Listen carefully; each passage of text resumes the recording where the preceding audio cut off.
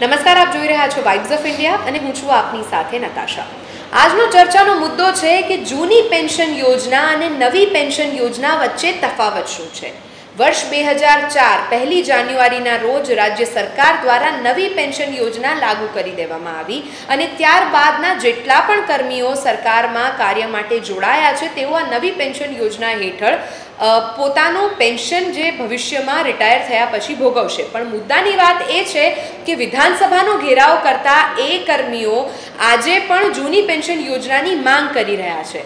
આખરે તફાવત શું છે એ તમામ બાબતો અને તેની સાથે સાથે મુખ્ય મહત્વના મુદ્દાઓ કે ગુજરાતમાં 2022નું વર્ષ એટલે વિધાનસભાની ચૂંટણીનું વર્ષ છે કે જેનામાં કોંગ્રેસ પાર્ટી દ્વારા આ જાહેરાત કરવામાં આવી કે જો વિધાનસભામાં કોંગ્રેસ પાર્ટીની જીત થાય છે તો તેઓ સૌથી પહેલું મોટું કામ કરશે. એમાંનું એક હતું કે તેઓ જૂની પેન્શન યોજના રાજ્યમાં લાગુ કરશે. ત્યારબાદ અરવિંદ કેજરીવાલ દ્વારા પણ આ જ વચનો ગુજરાતની જનતાને આપવામાં આવ્યા છે. હવે આમ આદમી પાર્ટી અને કોંગ્રેસ દ્વારા આપવામાં આવેલા આ વચનોની પાછળ પાર્ટીની તૈયારીઓ કેટલી છે અને તેઓ કયા મુદ્દાઓ ઉપરથી આ વાત પ્રજાની વચ્ચે મૂકવા જઈ રહ્યા છે અથવા તો મૂકી દીધા બાદ તેનું અમલીકરણ કરશે, આ તમામ બાબતોને આજે આ ચર્ચા અંતર્ગત સમજી લઈશું. આ સમગ્ર મુદ્દાને સમજી લઈએ પહેલાં તો એ સમજવાની જરૂર છે કે જૂની પેન્શન યોજના અને નવી પેન્શન યોજનામાં શું તફાવતો છે અને કોંગ્રેસ અને આમ આદમી પાર્ટી દ્વારા આગામી વિધાનસભા ચૂંટણી માટેના જે મોટી વાતો અત્યારે પ્રજાની વચ્ચે મૂકવામાં આવી છે તે કેટલી હદે સાબિત થઈ શકે છે. પાર્ટીના પ્રવક્તાઓ પણ આપણી સાથે જોડાયા છે. આપણી સાથે પેનલ ઉપર ઉપસ્થિત છે વિક્રમ દવે, જેઓ આમ આદમી પાર્ટીના નેતા છે, આત્મન શાહ, જેઓ આર્થિક વિશ્લેષક છે, અને સાથે વિષ્ણુભાઈ દેસાઈ, જેઓ કોંગ્રેસના નેતા છે. આપ ત્રણેયનું સ્વાગત કરું છું. સૌથી પહેલા આત્મન, મારો સવાલ આપને રહેશે કે જૂની પેન્શન યોજના અને નવી પેન્શન યોજના બંનેને જ્યારે આપણે સરખાવીએ ત્યારે શા માટે આટલો મોટો હોબાળો થઈ રહ્યો છે? તેની પાછળ કોઈ તથ્ય હશે? આ બંને વચ્ચેનો તફાવત, મોટા તફાવતો શું છે?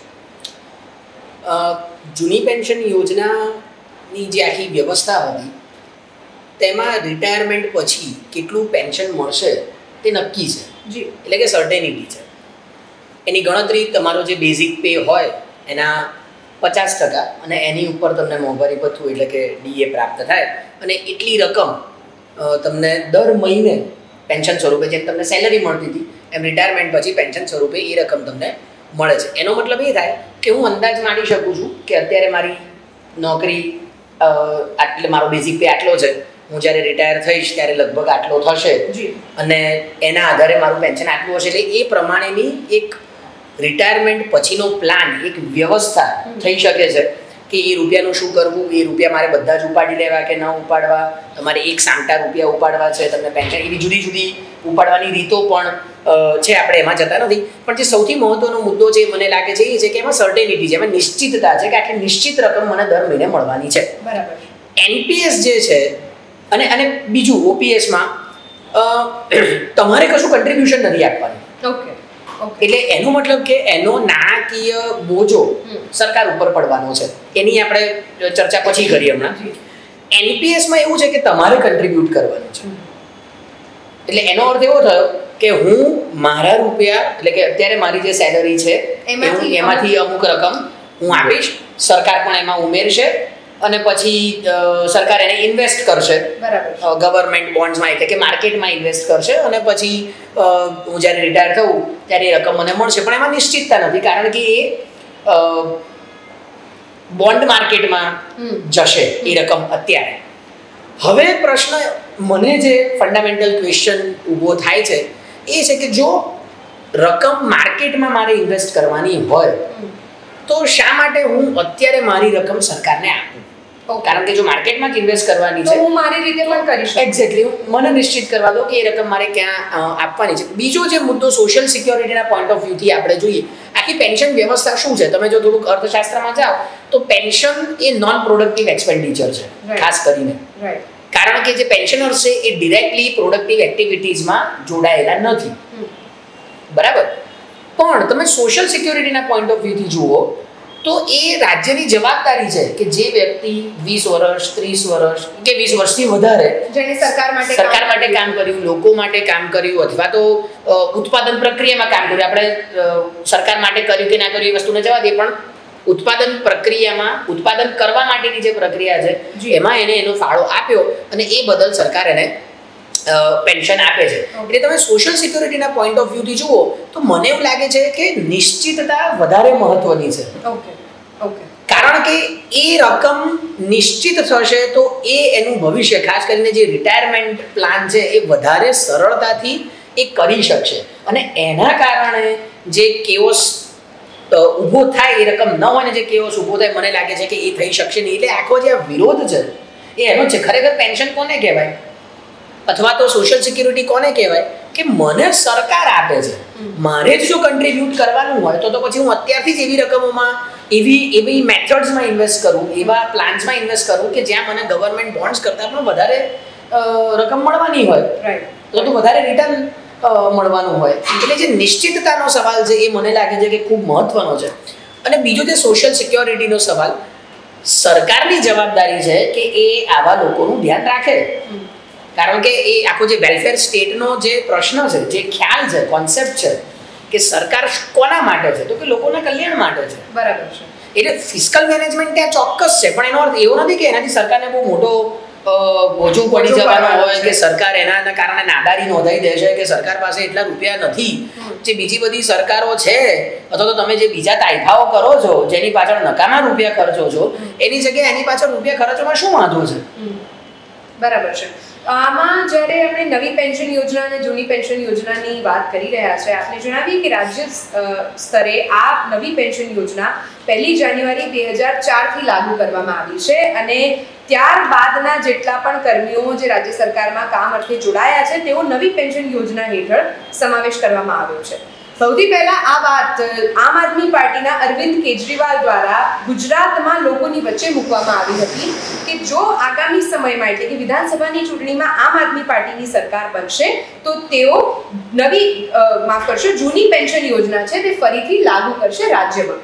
આ બાબતની જ્યારે ચર્ચા હોય અને અત્યારે આપણે બંનેના તફાવત જાણી લીધા, પણ તેને કઈ રીતે લાગુ કરવી એ આપ જણાવી શકો. નમસ્કાર સર્વે દર્શક મિત્રો.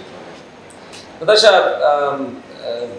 આત્મનભાઈએ જે વાત કરી ને કે આ એક સરકારનું એવું નજરિયો છે કે આ નોન પ્રોડક્ટિવ વાત છે, પણ ખરેખર it is to honour somebody. કોઈએ પોતાની જુવાની, પોતાના જે જુવાનીના સમયે શ્રેષ્ઠ વર્ષો હોય એ સરકારને અર્પણ કરી દીધા હોય, એના સંતાનો, એના પત્ની, એના પેરેન્ટ્સ, એ બધું પોતાના નજીકવાળા એ લોકો બધાએ એમાં કંઈક ને કંઈક કોન્ટ્રીબ્યુટ કરેલું હોય છે પોતાના સમયે.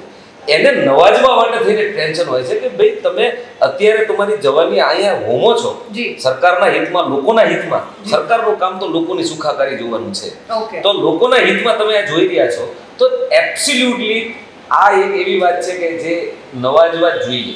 હવે વાત રહી ઓલ્ડ પેન્શન અને ન્યૂ પેન્શનની વાત છે, એક ડિફરન્સ એમાં, એક મેજર ડિફરન્સ એ છે કે ન્યૂ પેન્શન સ્કીમ છે ને એ નતાશા જે ઇટ ઇઝ ફોર એવરીબડી. એટલે એવું જરૂરી નથી કે સરકારી અધિકારી માટે જ છે.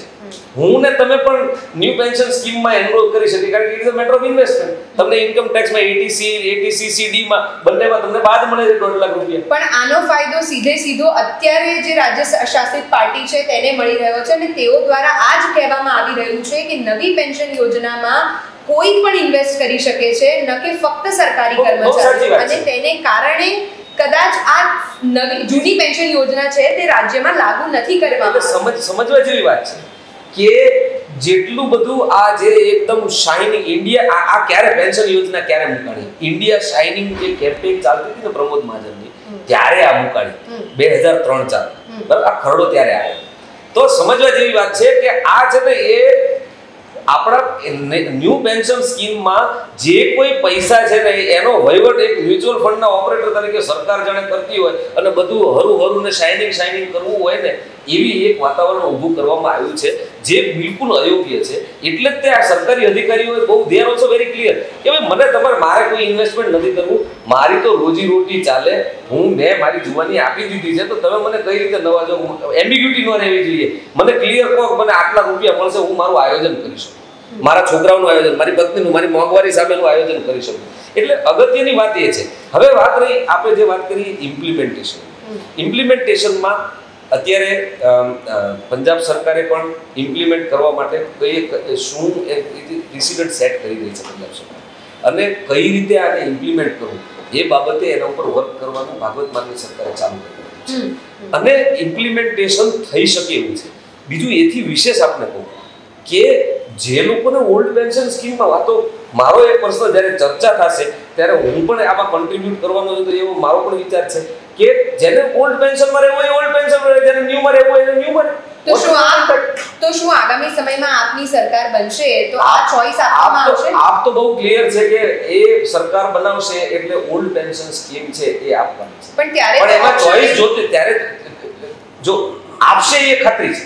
ઓકે, અરવિંદ કેજરીવાલ જે બોલે કરે, તમે વિચાર કરો, એક પણ ધારાસભ્ય વગર આજની તારીખે અમિતભાઈ શાહને ગયા અઠવાડિયે લાસ્ટ સન્ડે 6 સ્કૂલોને ઇનોગ્યુરેટ કરવા, સરકારી સ્કૂલોને ઇનોગ્યુરેટ કરવા આવું પડે. That is the power of democracy અને આમ આદમી પાર્ટી. આ મુદ્દો અલગ છે, આપણે આમ આદમી પાર્ટીની ચોક્કસ વાત કરીએ છીએ, પણ અત્યારે મુદ્દાને અનુલક્ષીને વાત કરીશું. વિષ્ણુભાઈ, ગુજરાત કોંગ્રેસના જે પ્રભારી છે રઘુ શર્મા, તેઓએ પણ હાલમાં જે 3 મોટા નિવેદનો આપ્યા અને તેમાંનું એક હતું કે આગામી સમયમાં કોંગ્રેસની સરકાર જો રાજ્યમાં રચાય છે તો તેઓ દ્વારા પણ જૂની પેન્શન યોજના લાગુ કરવામાં આવશે. કોંગ્રેસના શું મનોમંથન છે, કયા આધાર પર આ જૂની પેન્શન યોજના રાજ્યમાં લાગુ કરવાની વાત પ્રજા વચ્ચે મૂકી છે? જો મેડમ, બહુ સ્પષ્ટ છે, કોંગ્રેસ પક્ષ એ હંમેશા પ્રજાને સમર્પિત પક્ષ રહ્યો છે. નાટકબાજી કરવી, સપનાના વાવેતર કરવા, શો ઓફ કરવું, ડ્રામા કરવો, આ કોંગ્રેસ પક્ષની જે છે એનું કલ્ચર નથી. એ કોંગ્રેસનું પોતાનું જે બંધારણ છે, એનું જે સ્ટ્રક્ચર છે, એ સ્ટ્રક્ચરને અનુલક્ષીને ચાલવાની વાત છે. ટુ ધ પોઈન્ટ આવું તો વાત રહી પેન્શન યોજનાની, તો રાજસ્થાનની અંદર કોંગ્રેસે ઓલરેડી જૂની પેન્શન યોજના એ લાગુ કરી દીધી છે. આ કોઈ ભવિષ્યની કે સપનાના વાવેતરની કે બીજી કોઈ વાતો નથી, લાગુ કરી દીધી છે. શા માટે લાગુ કરવી જોઈએ? તો હું આપણે સીધો દાખલો આપું છું કે આજે આપણે કહીએ છીએ કે અમેરિકન પબ્લિક એ વીકેન્ડમાં પૈસા વાપરે છે, કેનેડિયન પબ્લિક એ વીકેન્ડમાં પૈસા વાપરે છે, ઓસ્ટ્રેલિયન પબ્લિક એ વીકેન્ડમાં પૈસા વાપરે છે, શનિ રવિ હોય છે તો એ પૈસા વાપરે છે, અને એની ઇકોનોમી એ સતત મૂવ રહે છે, બહુ સારી જે છે રોટેશનમાં. એવું રીઝન કે એ લોકોને એક સોશિયલ સિક્યુરિટી મળેલી છે. એ લોકો બીમાર થશે તો ગવર્મેન્ટ તરફથી મેડિક્લેમ છે, એ લોકોની એક સિનિયર સિટીઝનની જે છે એ રેશિયોમાં જશે તો એ લોકોને પેન્શન મળશે, એઝ અ સિટીઝન દરેકને પેન્શન મળશે. આ બધી જ જે સોશિયલ સિક્યુરિટીઝ છે એ કમ્પલસરી છે, એ હોવી જોઈએ. એમાંય ખાસ કરી અને એ વ્યક્તિ કે જેને પોતાનું જીવન એ સમગ્ર જીવન એ લોકસેવામાં કે પછી સરકારની સેવામાં સમર્પિત કરી દીધું. આજે કોઈ પણ કર્મચારી છે એ એનું જીવન સમર્પિત કરે છે, અને એ દઈ પછી તમે એને એમ કહો તમે અમને આપશો તો અમે તમને આપીશું, બાકી કાંઈ નહીં આપીએ. તમારા પૈસાનું અમે રોકાણ કરશું ને એમાંથી તમને વળતર આપીશું, બાકી તમારે કોઈ લેવા દેવા નહીં. તો હું માનું છું કે કર્મચારી ભ્રષ્ટાચાર છે.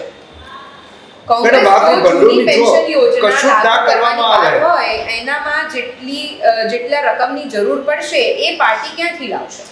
મેડમ, ભારતીય જનતા પાર્ટીના જે આ નેતાઓ છે એ લોકો ખાલી એમના આંકાઓને આપવાનું બંધ કરી દે ને તો હું માનું છું કે ગુજરાત રાજ્ય જેવા 5 રાજ્યોની અંદર પેન્શન યોજના જે છે એક સાથે લાગુ કરી શકાય. જો અદાણીની હજારો કરોડની લોન માફ કરી શકાતી હોય, મારો સવાલ સમજી ભારતીય જનતા પાર્ટી શું કરશે એ વાત નથી. માની લો કોંગ્રેસ આવી ગઈ સત્તા ઉપર, તો આ નવી જૂની પેન્શન યોજના લાગુ કરવા પાછળનો જે હેતુ છે, જે વચનો આપ્યા હતા એને હવે પૂરા કરવાનો સમય છે.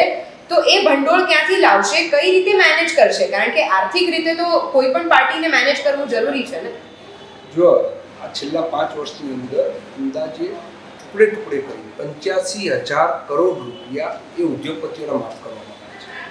કોંગ્રેસની સરકાર બેસે તો આવા કોઈ પણ મૂડીપતિઓની લોનો માફ કરવાના બદલે આ પ્રકારે જે પેન્શનર્સ છે એને લાભ આપવામાં આવશે. આ પૈસાનો એ જગ્યાએ સદુપયોગ થશે, ખેડૂતોની લોનો માફ કરવામાં સદુપયોગ કરશે, અને એને આપેલા જે વાયદા છે એને આજ દિન સુધી પૂરા કર્યા છે કોંગ્રેસે, અને એ વાયદાઓ પૂરા કરશે. બાકી જે છે કે પેલા 2 પગવાળા આખલા ખેતરો ચરી જાય અને ગાયો ભૂખી મરે, એ પ્રકારની નીતિ કોંગ્રેસ જોડે નથી.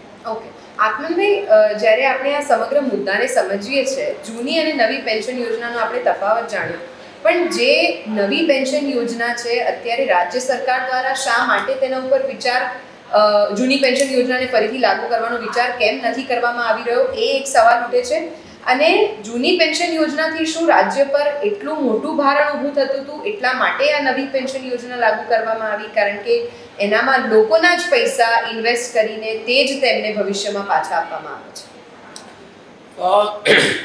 જ્યારે આ નિર્ણય લેવામાં આવ્યો 2003માં કે હવેથી જૂની પેન્શન યોજના અથવા તો જૂની પેન્શન નહીં પણ જે હયાત પેન્શન યોજના છે એ નાબૂદ કરવામાં આવે છે, ત્યારે મને યાદ નથી કે એવું કોઈ કમિશન નિમાયું હોય જેણે આનો નાણાકીય બોજનો અભ્યાસ કર્યો હોય અને પછી એવું રેકમેન્ડ કર્યું હોય કે ભાઈ આનો નાણાકીય બોજો ખૂબ વધારે પડે છે અને માટે તમે આ યોજના નાબૂદ કરો. કારણ કે આમાં એવું છે કે જે રાજ્ય સરકારના કર્મચારીઓ છે એને પેન્શન રાજ્ય સરકાર આપે છે અને જે સેન્ટ્રલ ગવર્મેન્ટના કર્મચારીઓ જે જુદા જુદા રાજ્યોમાં કામ કરે છે, ગુજરાતનો વ્યક્તિ હોય પણ એ કામ કરે છે કેન્દ્ર સરકારમાં, તો એને કેન્દ્ર સરકાર પેન્શન આપે છે. હવે કેન્દ્ર સરકારે એવું કીધું કે ભાઈ તમે આ પેન્શન યોજના આપણે બંધ કરવી છે અને રાજ્યોએ પછી એનો અમલ કર્યો.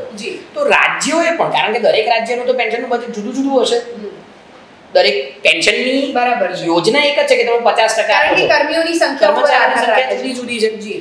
તો એવો કોઈ રાજ્ય સ્તરનો એ સમયે નાબૂદ કરતા પહેલા અભ્યાસ થયો હોય કે આટલો નાણાકીય બોજો છે, ભવિષ્યમાં આટલો પડી શકે તેમ છે, આટલા ગવર્મેન્ટ એમ્પ્લોઈઝ છે, આ સરકાર ક્યાંથી લાવશે. હવે હું થોડુંક વધારે ટેકનિકલ તમે પૂછી લેજો, જે સરકારનું બજેટ છે એ બજેટમાં બે ખાતાઓ છે, મહેસૂલી ખાતું અને મૂડી ખાતું. મહેસૂલી ખાતામાં આપણે જે કરની આવક છે અને બીજી જે બિનકરની આવક છે એ બેનો સમાવેશ કરીએ છીએ, જેને આપણે રેવન્યુ એકાઉન્ટ કહીએ છીએ. તમે ગુજરાત સરકારનું બજેટ જુઓ તો લગભગ છેલ્લા કેટલાય વર્ષોથી રેવન્યુ એકાઉન્ટ સરપ્લસમાં ચાલે છે.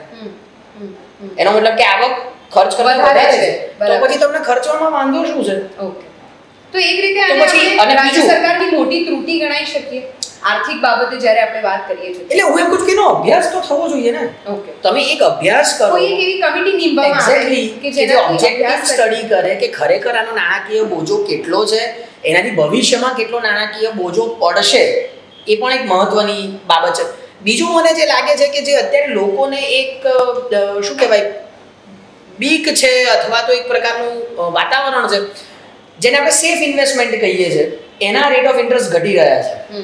બરાબર છે, અને ભવિષ્યમાં ઘટશે જ. તમે જો વેસ્ટર્ન કન્ટ્રીઝ એટલે કે ઇકોનોમિકલી ડેવલપ જે કન્ટ્રીઝ છે ત્યાં જુઓ તો એ ફિક્સ ડિપોઝિટ ઉપરના કે જે આ બધા ઇન્વેસ્ટમેન્ટ એના 2% 3%ની આસપાસ છે અને માટે જ લોકો મ્યુચ્યુઅલ ફંડમાં કે માર્કેટમાં વધારે એ દેશોમાં ઇન્વેસ્ટ કરે છે. તમે વેસ્ટર્ન કન્ટ્રીઝ તો લગભગ કુલ વસ્તીના 30-40% કરતાં પણ વધારે લોકો એમાં ઇન્વેસ્ટ કરે છે, જ્યારે ભારતમાં એ સંખ્યા કદાચ અત્યારે 10%થી પણ વધારે નથી, હજી 10% પહોંચી છે.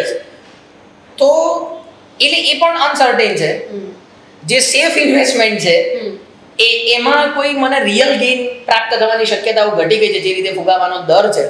તો એવા સમયે જ્યારે સિનિયર સિટીઝન્સ વિચારે, હું અત્યારે એવું વિચારું કે આજથી 30 વર્ષ પછી અથવા તો જે 40-50ની આસપાસ છે જે વ્યક્તિ અત્યારે એવું વિચારે કે 10 વર્ષ પછી મને પેન્શન નહીં મળે તો શું, અથવા તો એની સર્ટેનિટી કેટલી રહેશે, તો એ બધી જ બાબતોને ધ્યાનમાં રાખીને એક ચોક્કસ એનો જો કોઈ અભ્યાસ થાય રાજ્ય સ્તરે, મેં જે કહ્યું કે દરેક રાજ્યની પરિસ્થિતિ જુદી જુદી છે, દરેક રાજ્યની આવક પણ જુદી જુદી છે. ધારો કે ગુજરાતને આલ્કોહોલના ટેક્સમાંથી આવક નથી થતી તો એના આવકના સ્ત્રોત કંઈક જુદા છે, મહારાષ્ટ્રના આવકના સ્ત્રોત જુદા છે. કારણ કે એને તો આ વસ્તુ પરથી એક સવાલ એટલા માટે ઉઠે છે વિષ્ણુભાઈ માટે કે રાજ્યમાં જો કોંગ્રેસની સરકાર બનશે તો આવક ઉપર તેની સૌથી મોટી માયાજાળ રહેતી હોય છે કોઈ પણ નવી યોજનાને લાગુ કરવા અથવા તો અમલમાં મૂકવા માટે. જેમ તમે રાજસ્થાન સરકારનું ઉદાહરણ આપ્યું કે કોંગ્રેસ દ્વારા જે કોંગ્રેસનું શાસન છે રાજસ્થાનમાં, પણ ત્યાં ફરી એકવાર મોટો મુદ્દો એ આવે છે કે ત્યાં આલ્કોહોલ ઓપન છે એટલા માટે ત્યાંની એક મોટી આવકનું સ્ત્રોત આલ્કોહોલ થી પણ આવી રહ્યું છે. આપણે ગુજરાતમાં જો આ પેન્શન યોજના લાગુ કરવી હોય, જૂની પેન્શન યોજના લાગુ કરવી હોય તો કઈ રીતનું ગઠન, કઈ રીતની કમિટી બનાવવામાં આવશે કે જેના પેરામીટર્સ અત્યારે તમે લોકો સમક્ષ મૂકી શકો? કોંગ્રેસે જે છે નવરત્ન કંપનીની સ્થાપના કરી અને દેશને એક નવી આવક આપી.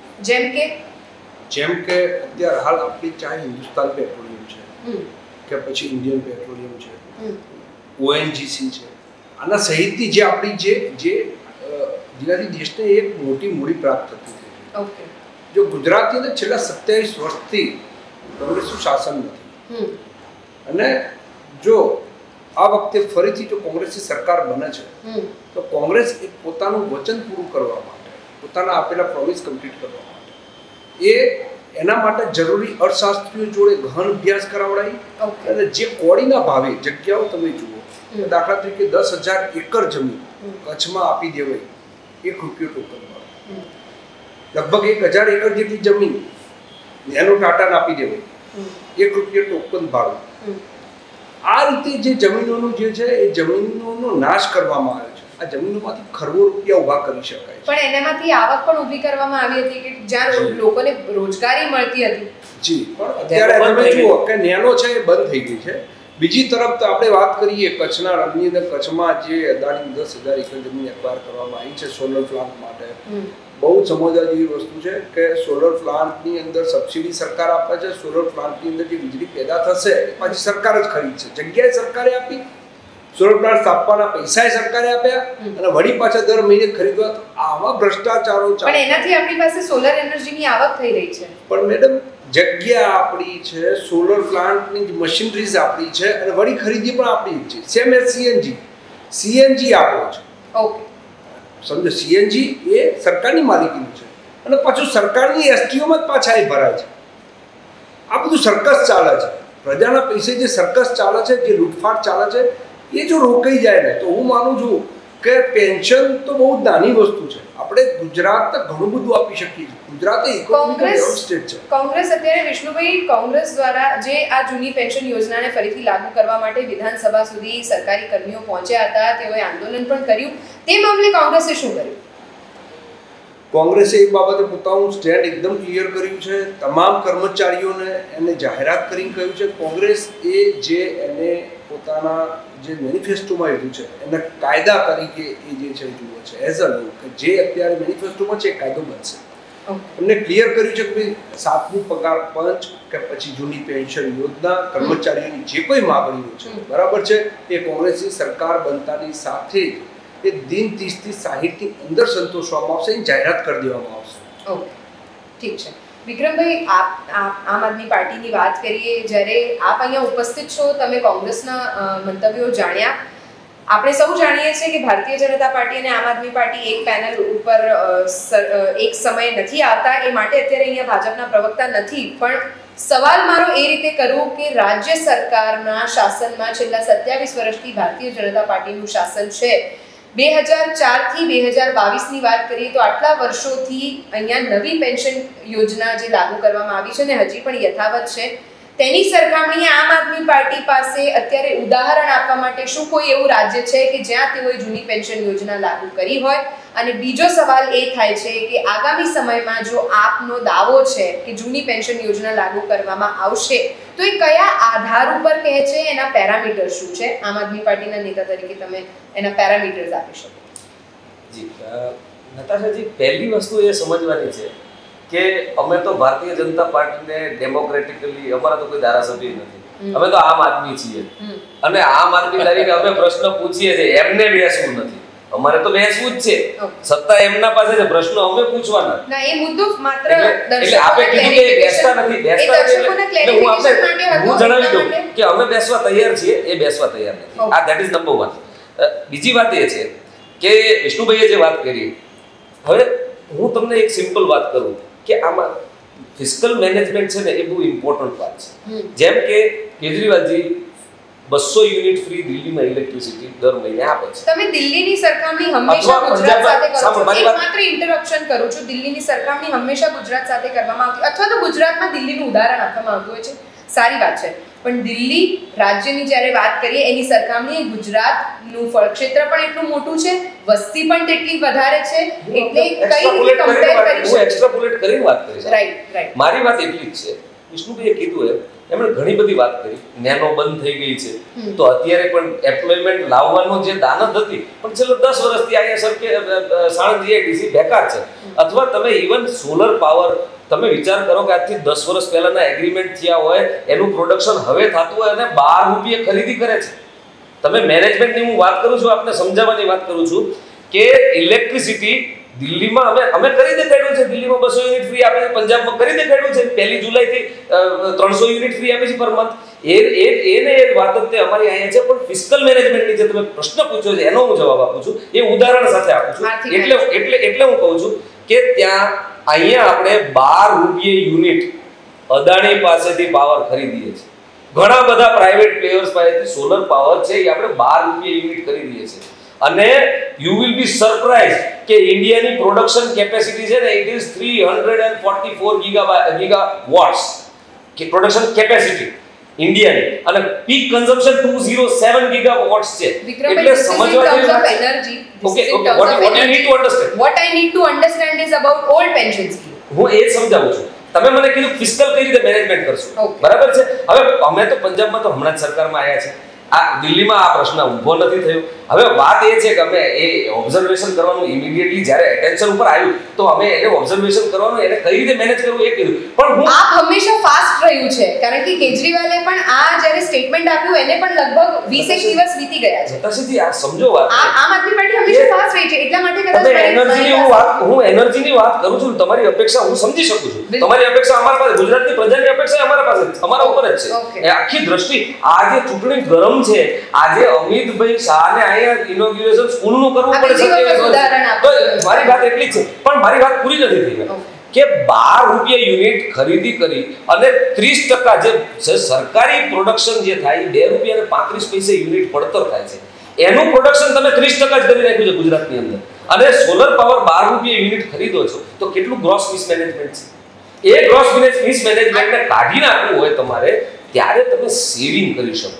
અને ફંડ્સ છે ને નેટ તમે આંકડા કાઢો ને તો દિલ્હીની અંદર 51 લાખ કનેક્શન છે રેસિડેન્શિયલ, એની અંદર 3350 કરોડ રૂપિયાની સબસિડી છે ઇલેક્ટ્રિસિટીની. આ એ એક્સ્ટ્રાપોલેટ કરો તો ગુજરાતમાં 1.38 કરોડ કનેક્શન છે, તો ફક્ત 8900 કરોડ રૂપિયા થાય. હું તમારી લાગણી અહીંયા દર્શકો સુધી જે પહોંચાડવા માંગુ છું, અને જ્યાં સુધી હું સમજુ છું કે તમે જે રીતે ઇલેક્ટ્રિસિટી મેનેજમેન્ટ ને સરખામણીએ ઓલ્ડ પેન્શન સ્કીમ કઈ રીતે લાગુ થશે એના પેરામીટર્સ કદાચ સરળતાથી સમજાવવાનો પ્રયત્ન કરતા હો, પણ મુદ્દો અહીંયા એ છે કે જ્યારે આમ આદમી પાર્ટીની સરકાર બનશે ત્યારની વાત છે. પેરામીટર્સ કઈ રીતે જસ્ટિફાઈ થશે, જેમ કોંગ્રેસે કીધું કે અમે કમિટીનું ગઠન કરીશું, આર્થિક વિશ્લેષકો સાથે ચર્ચા કરીશું, શું એવા કોઈ તથ્યો અત્યારે કે ગુજરાતનું બજેટ 2.18 લાખ કરોડ છે 2021-22 આ વખતે 2022 બરાબર.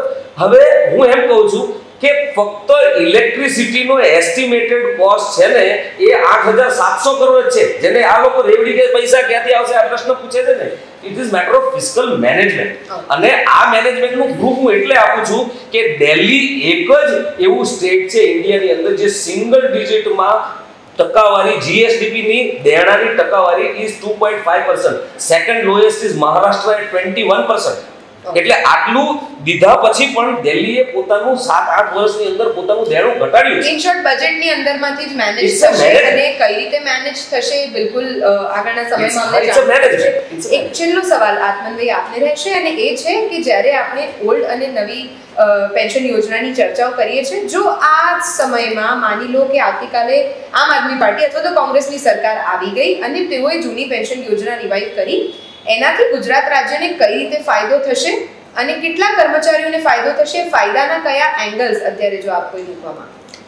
જૂની પેન્શન સ્કીમ અને નવી પેન્શન સ્કીમની તમે જે વાત કરી, એક મુદ્દો જે મારે એમાં કહેવો છે કે એક વાત એવી નીકળી કે પછી બંને ચાલુ રાખવામાં શું વાંધો છે. બરાબર. મને એવું લાગે છે કે બંને ચાલુ, જો જૂની પેન્શન સ્કીમ લાગુ થાય તો નવી પેન્શન સ્કીમની જરૂર એટલા માટે નથી કે તમે તમારા રૂપિયા જો માર્કેટમાં જ રોકવા માટે સરકારને આપતા હોવ તો એ આપવાની જરૂર મને લાગતી નથી. તો પછી એ વધારાનો વ્યક્તિ વચ્ચે શા માટે આવે, શા માટે સરકાર મારી અને માર્કેટની વચ્ચે આવે ઇન ટર્મ્સ ઓફ ઇન્વેસ્ટમેન્ટ?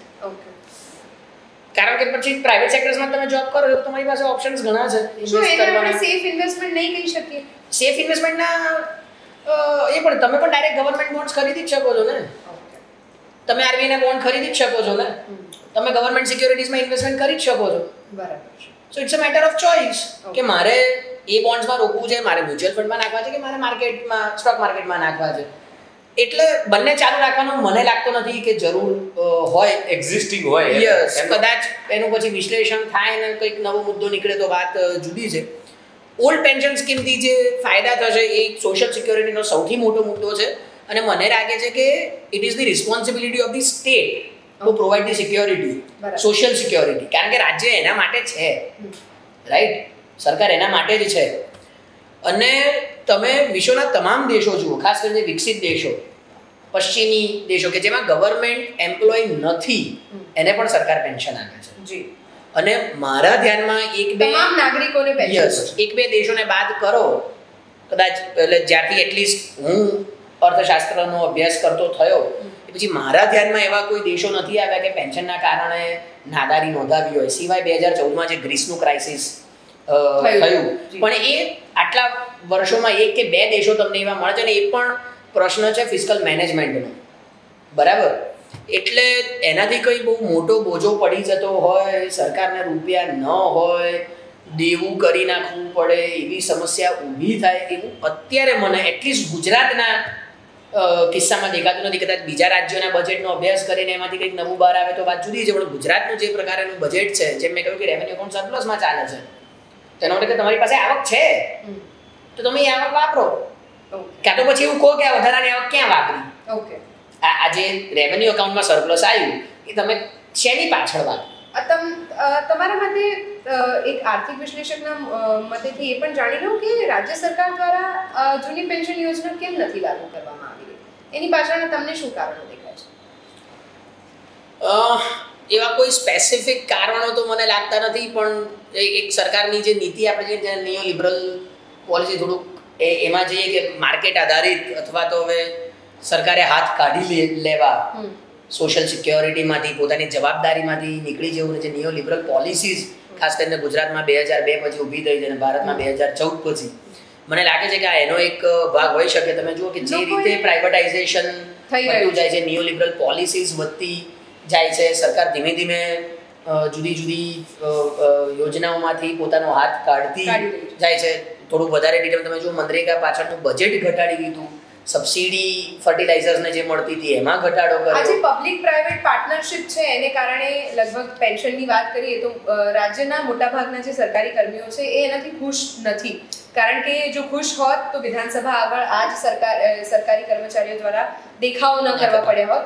પણ આનો બીજો એંગલ જ્યારે રાજકીય વિશ્લેષકોની સાથે મેં વાત કરી અને એમની પાસેથી જાણવાનો પ્રયત્ન કર્યો તો એમણે એ પણ કહ્યું કે ચૂંટણીનું વર્ષ છે, અનેક મોટી એવી સમસ્યાઓ છે કે જેને સંદર્ભમાં વિરોધ પ્રદર્શનો થશે અને આ ઘણી સ્વાભાવિક વાત છે. પણ પોલિટિકલ એનાલિસ્ટ તો નથી, પણ જે થોડું ઘણું મને છેલ્લા 5-10 વર્ષમાં દેખાયું છે લોકોનું બિહેવિયર, વોટિંગ બિહેવિયર ખાસ કરીને, મને લાગે છે કે ઇકોનોમિક ઇશ્યુઝ કરતાં નોન ઇકોનોમિક ઇશ્યુઝ વધારે વોટિંગ બિહેવિયરને ઇન્ફ્લુઅન્સ કરે છે. એટલે મને જેમ સમાજનો મુદ્દો આવે, રોડ રસ્તા ગટર પાણીનો મુદ્દો આવે, જેમ in terms of voting non-economic issues, A economic issues કરતા લોકોના રિલિજન લોકોની માનસિકતાને વધારે અસર પહોંચાડે. એક સમજવા જેવી વાત એ છે કે સરકારી અધિકારીઓને એમાંનો શિક્ષણોને તીડ ભગાડવા માટે કામે લગાડી દે, સંડાસ બાથરૂમ ગણવા માટે કામે લગાડી દે, વસ્તી ગણતરી માટે કામે લગાડી દે, પોલીસને કાર્યક્રમ તાયફો કરવાનો હોય તો પોલીસ વાળાને રેવન્યુ વાળા છે એ બસ ભરવા માટે લોકોને ગોતતા હોય. એટલે એકને એક સરકાર લાંબો સમય સુધી રહે ને એટલે આ ટાઈપની એક માફિયા સ્ટ્રક્ચર ઊભું થાય. ઓકે વિષ્ણુભાઈ, એક છેલ્લો સવાલ આપને પણ અને વિક્રમભાઈ આપને પણ, બંનેને સવાલ સરખો જ રહેશે કે તમને શું લાગે છે કે આટલા વર્ષોથી જૂની પેન્શન યોજના શા માટે સરકાર દ્વારા લાગુ નથી અથવા તો અમલમાં નથી મૂકવામાં આવી ફરીથી? કારણ કે તમારા હિસાબે અત્યારે વિપક્ષમાં છો, કોંગ્રેસમાં પણ શું લાગે છે કે ભાજપ દ્વારા કેમ આ યોજના નથી લાગુ કરવામાં આવતી અથવા તો સરકારી કર્મચારીઓનું નથી સાંભળવામાં આવતું? જો પોતાની સિક્યુરિટી અને બીજાની નોન સિક્યુરિટી એ લોકો ફીલ કરે છે વી આર સિક્યોર, અમે ગમે તે ગતકડા કરીશું તો અમે ચૂંટીને આવવાના. ચૂંટણી ટાણે હિન્દુ, મુસ્લિમ કે પછી પાકિસ્તાન, બાંગ્લાદેશ આ બધી વાતો કરીશું એટલે ફરીથી અમને વોટ મળી જવાના જ, કોઈ ફરક પડવાનો. યસ, તો એ લોકો આ જે સિક્યુરિટી ફીલ કરે છે એ ક્યાંક ને ક્યાંક કારણ છે કે આવા બધા પ્રયોગો થતા જાય છે, વારંવાર થાય છે. અને બીજી વાત આપણે કરી, હમણાં અમારા આમ આદમી પાર્ટીના પ્રવક્તા દિલ્હી મોડલની વાત કરી, એ બાબતે જરાક ફોકસ કરીશું કે સ્કૂલોની વાત કરતી આમ આદમી પાર્ટી અને દિલ્હીના મોડલને આગળ ધરી અને વોટ લેવા માટે નીકળેલી આમ આદમી પાર્ટી બાબતે એક બાબતમાં ધ્યાન દોર્યું છે. કોરોના કાળની અંદર લાખો લોકો દિલ્હીમાં મહત્તમ ગયા. એનું મૂળ કારણ કદાચ હું આપણે ધ્યાન દોરી દઉં, આપણા મારફતથી પ્રજા પણ ધ્યાન દોરવા માગું છું. શીલા દીક્ષિતના જે હસબન્ડ હતા એમને એ ટાઈમે એક જે છે ઓથેન્ટિક વિડીયો જે છે ડિક્લેર કરેલો અને એમની સાથે એમને જે તે વખત મંત્રીમંડળના જે છે એ મિનિસ્ટર પણ બેઠેલા. એમણે ડિક્લેર કર્યું કે 35 જેટલી હોસ્પિટલો જે દિલ્હીની અંદર બની રહી હતી, જેનો શિલાન્યાસ થઈ ચૂક્યો હતો, જેનું જે છે એ જેના માટે બજેટ પડે એ બજેટ ડાયવર્ટ કરી નાખવામાં આવ્યું. ઠીક છે, પણ આપણે આ ઘટના ઘટી છે ના હશે મુદ્દાના બહારની વાત છે. એક બિલકુલ ટૂંકમાં વિક્રમભાઈ તમારો મેં જે સવાલ કર્યો હતો એનો જવાબ માંગી લઉં. જો પહેલી વાત તો મારે એક સ્લાઇડ જવાબ હું દઈ દઉં કે આપણે ગુજરાતની વાત કરીએ છીએ, દિલ્હીમાં તો અમારી સરકાર છે એટલે આની ચર્ચા થાય છે. પણ એક હકીકત છે કે કોરોનામાં તો આપ તૂટી પડ્યું હતું, રૂપાણી સરકાર જતી રહી, પણ જે ગેપ છે હવે રૂપાણી સરકાર જતી રહી એટલે બધાને તકલીફો પડેલી હતી અને દિલ્હીની અંદર પણ તકલીફ થઈ, ગુજરાતમાં થઈ છે અને કોંગ્રેસ શાસિત પ્રદેશોમાં થઈ છે. એટલે આ કઈ બહુ કઈ મોટી આ દુઃખ બધાએ વેઠેલું છે, આપણે બધાએ. અને આપણે અહીંયા બેઠા છીએ તો આપણે એક ઇન્ડિયા બનાવવાની વાત કરીએ. હવે તમારા સવાલનો જવાબ કે સરકાર કેમ ઓપીએસ લાગુ નથી કરતી, ગુજરાત સરકાર પર્ટિક્યુલર. જો એક બહુ સમજવા જેવી વાત છે નતાશાજી કે આ સરકાર છે ને એની અંદર મુખ્યમંત્રી પણ કદી મિનિસ્ટર, એટલે કેટલી ઇનએક્સપિરિયન્સ સરકાર છે. ધેટ ઇઝ નંબર 1 કે અચાનક તે દેશની હિસ્ટ્રીમાં પહેલી વાર એવું બન્યું છે કે આખી મિનિસ્ટ્રી કાઢીને એક બાજુ મૂકી અને નવી મિનિસ્ટ્રી લાવવી પડે, કારણ કે એટલી બધી ભયંકર એન્ટી ઇન્કમ્બન્સી હતી. અને એમાં આ જે ઇનએક્સપિરિયન્સ સરકાર આવી એનો અને લોકોનું જે વાત છે, લોકોની વાત, જુદા જુદા સેક્ટરની વાત, રિક્ષાવાળાની વાત હોય, સરકારી અધિકારીની વાત હોય, વકીલોની વાત હોય, ફાર્મર્સની વાત હોય, મહિલાઓની વાત હોય, જેની પણ વાત હોય, એ વાત છે. એક મારી વાત એને અને સરકાર પણ ક્યારે મિનિસ્ટર નહોતા, એ તો બ્યુરોક્રેટ હતા. એક મારી વાત પતી જવા દે. હું એટલી જ વાત કરું છું કે જે ગેપ છે એ એટલો બધો મોટો છે કે આમને કેલ્ક્યુલેશન કરતા પણ નથી આવડતું. સરકાર ઉગાડી પડી. હું તમારો આ મુદ્દો સરકાર ઉગાડી પડી ગઈ છે. લઉં છું. એનું કારણ છે કે મેં જ્યારે મુદ્દાઓ પાર્ટીના પ્રવક્તાઓ પાસેથી માંગ્યા હોય ત્યારે એ બિલકુલ પ્રજા સુધી જવા જોઈએ, પણ આખરે હજી પણ એ સવાલ યથાવત રહે છે કે જૂની પેન્શન યોજના નવી પેન્શન યોજનાની વચ્ચેનો જે આ તફાવત છે તે અમે આપને આ માધ્યમે સમજાવવાનો પ્રયત્ન કર્યો. આગામી સમયમાં જોવાનું એ રહેશે, કારણ કે પાર્ટીના નેતાઓ દ્વારા તો લોકોની વચ્ચે આ બાહેધરી આપી દેવામાં આવી છે. હવે લોકો તેને સ્વીકારે છે કે કેમ જોવાનું રહેશે. Thank you so much. આપ ત્રણેય મહાનુભાવો અમારી સાથે આ ચર્ચામાં જોડાયા અને આપનો સમય ફાળવ્યો. તો આ હતો આજનો વિષય. આવા જ અલગ અલગ વિષયો સાથે ચર્ચાઓ લઈને અમે આપની સમક્ષ ઉપસ્થિત થતા રહીશું. આજે બસ આટલું જ. મને આપશો રજા. નમસ્કાર.